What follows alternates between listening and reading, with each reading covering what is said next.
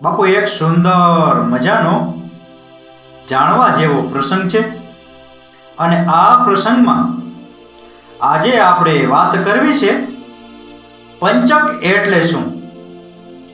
જ્યોતિષ શાસ્ત્રમાં પંચક એ એક ખાસ સમય છે જ્યારે ચંદ્ર મિથુન રાશિથી સિંહ રાશિ સુધીના 5 નક્ષત્રોમાંથી પસાર થાય છે, જે ધનિષ્ઠા, સત્તારા, પૂર્વા ભાદ્રપદ, ઉત્તર ભાદ્રપદ અને રેવતીના સમયગાળામાં આવે છે.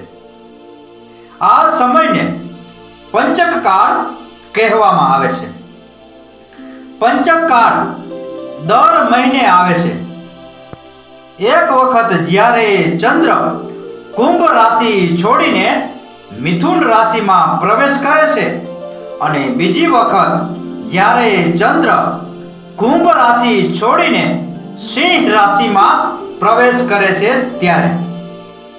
વાત કરીએ પંચક એટલે શું.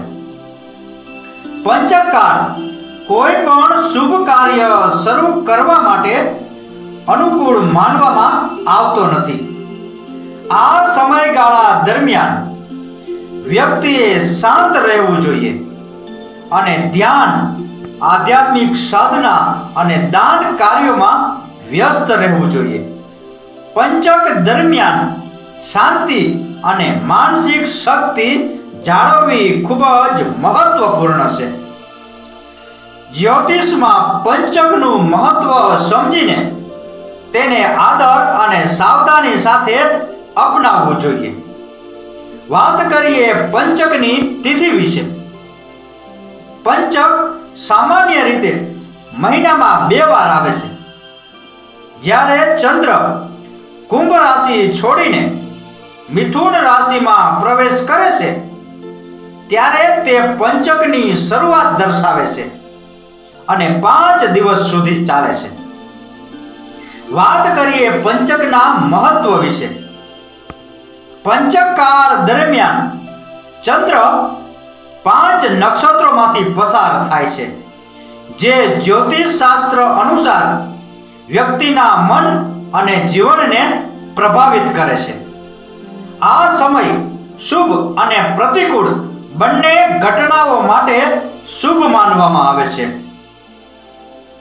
પંચક ખાસ કરીને મૃત્યુ, પિંડદાન અથવા શ્રાદ્ધ વિધિઓ માટે અયોગ્ય માનવામાં આવે છે. આ શોક અને દુઃખનો સમય છે. ઉપરાંત આ સમયગાળા દરમિયાન કોઈ શુભ કાર્યો, લગ્ન વિધિ જેવા ધાર્મિક કાર્યો કરવામાં આવતા નથી. પંચક દરમિયાન લગ્ન, નવું ઘર બાંધકામ અથવા કોઈ પણ શુભ કાર્યની શરૂઆત કરવામાં આવતી નથી. આ સમય સંયમ અને ધ્યાનનો છે અને શાંતિ જાળવવાના પ્રયાસો કરવામાં આવે છે. વાત કરીએ પંચક દરમિયાન કરવાના કામ વિશે. સૌપ્રથમ આવે છે ધ્યાન અને આધ્યાત્મિક અભ્યાસ. પંચક ગાળા દરમિયાન ધ્યાન, આધ્યાત્મિક અભ્યાસ અને આત્મ વિકાસને પ્રાથમિકતા આપવામાં આવે છે. આ સમય મનની શાંતિ માટે અનુકૂળ છે અને વ્યક્તિ આંતરિક અશાંતિને દૂર કરવા માટે પ્રેરિત થાય છે. આ સમય વ્યક્તિને માનસિક શાંતિ અને આત્મ સાક્ષાત્કાર તરફ દોરી જાય છે. ત્યારબાદ આવે છે દાન પુણ્ય. પંચક દરમિયાન દાનનું વિશેષ મહત્વ છે. જરૂરિયાતમંદોને દાન આપવાથી પુણ્યની પ્રાપ્તિ થાય છે અને તે વ્યક્તિના જીવનમાં સુખ અને સમૃદ્ધિ લાવવાનો માર્ગ મોકળો થાય છે. ત્યારબાદ આવે છે શુદ્ધતા અને પવિત્રતા જાળવવી. આ સમય શારીરિક, માનસિક અને આધ્યાત્મિક શુદ્ધતા અને પવિત્રતા જાળવવાનો સમયગાળો છે. આ સમયમાં મન, વચન અને કર્મથી પવિત્ર રહેવું ઉત્તમ માનવામાં આવે છે. ત્યારબાદ આવે છે સાવચેત રહેવું, સાવધાન રહેવું. પંચક દરમિયાન કોઈ પણ મહત્વપૂર્ણ મુસાફરી, વ્યાવસાયિક રોકાણો અથવા ઘર બાંધકામ પ્રોજેક્ટ અવરોધિત થઈ શકે છે. આ સમય દરમિયાન બિનજરૂરી જોખમો ટાળવા જોઈએ. ત્યારબાદ આવે છે શ્રદ્ધા અને ભક્તિ. પંચક દરમિયાન ભગવાનની પૂજા કરવી, ઉપવાસ કરવા અને ભજન કીર્તન ગાવા ખાસ કરીને યોગ્ય છે.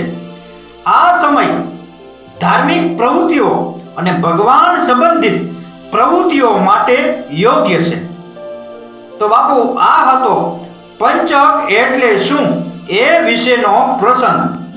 આ કથા, આ વાર્તા પૂરેપૂરી સાંભળી એ બદલ આપનો ખૂબ ખૂબ આભાર. આપનો દિવસ શુભ રહે. મહાદેવ હર.